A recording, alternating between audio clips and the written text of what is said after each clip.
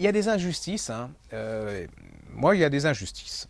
Alors, alors ça vous rend modeste, hein, parce que c'est vrai que je me suis battu pour ce livre et que je trouve, mais qui est une pure petite merveille. C'est-à-dire que pour moi, ça a été vraiment, c'est comme une balade, c'est comme une, voilà, c'est comme une chanson française. Vous savez, certains chanteurs français comme ça, ils ont leur univers, ils racontent à travers une chanson toute une histoire. Vous êtes complètement, il y a de la poésie, il y a de la tendresse, il y a de l'humour, il y a du suspense, il y a plein de choses. Je me suis battu pour ce livre et vous, alors rien. Alors franchement, rien. Et pourtant, il a reçu le prix 2015 des Maisons de la Presse. Alors, est-ce que vous êtes trop snob en vous disant oh les Maisons de la Presse, les relais H, les machins, les trucs, quelle horreur, c'est pas de la littérature. Les enfants, c'est à mourir de plaisir. Vous cherchez un bon livre de détente, intelligent, un film, voilà. C'est tout en tendresse, c'est comme un doudou. C'est comme, vous voyez, l'oiseau moqueur, vous vous êtes battu, vous êtes précipité sur ce livre, l'oiseau moqueur, mais c'est aussi bon, c'est aussi extraordinairement fin.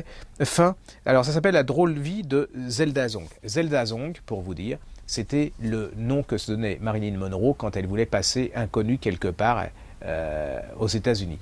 On est en Irlande, déjà Irlande, un couple, lui il est américain, mais il est revenu, sa femme est irlandaise, donc ils sont revenus en Irlande, ils ont une fille, hein, il a beaucoup de succès, il est un romancier à succès.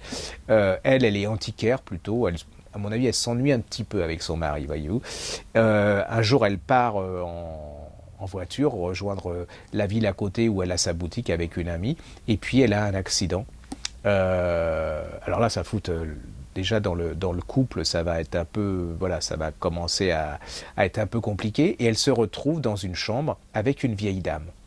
Et cette vieille dame va lui raconter sa vie.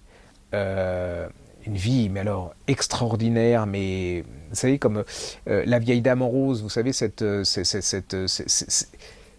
Casatsu, vous voyez, ces dames qui ont les cheveux blancs, qui ont une vie extraordinaire, qui ont la voix douce, qui sont une caricature de grands-parents, mais c'est ça, mais elle a vécu des tas de choses, et elle lui demande, mais vous appelez comment? Et Zelda Zonk.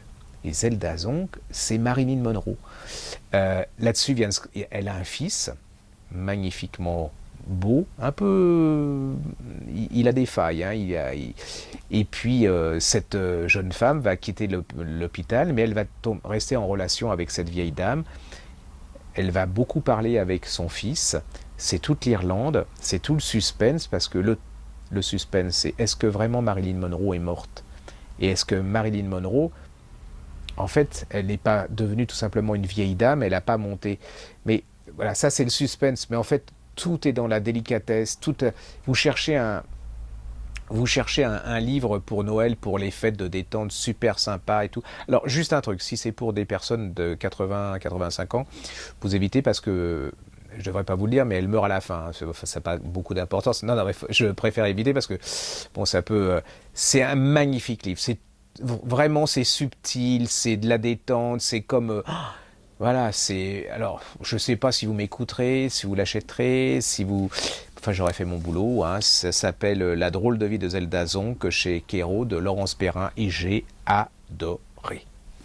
Ah, si vous êtes genre, je me la pète littéraire Café de Flore, vous voyez, tous ces neuneux là la closerie des lilas, le masque et la plume, enfin le truc qui endort et où il s'écoute parler, vous passez, c'est pas pour vous, hein, franchement, parce que non, ça c'est trop simple pour vous, mais si vous êtes normaux, comme moi, un neurone ou deux, vous allez voir, vous allez prendre grand plaisir.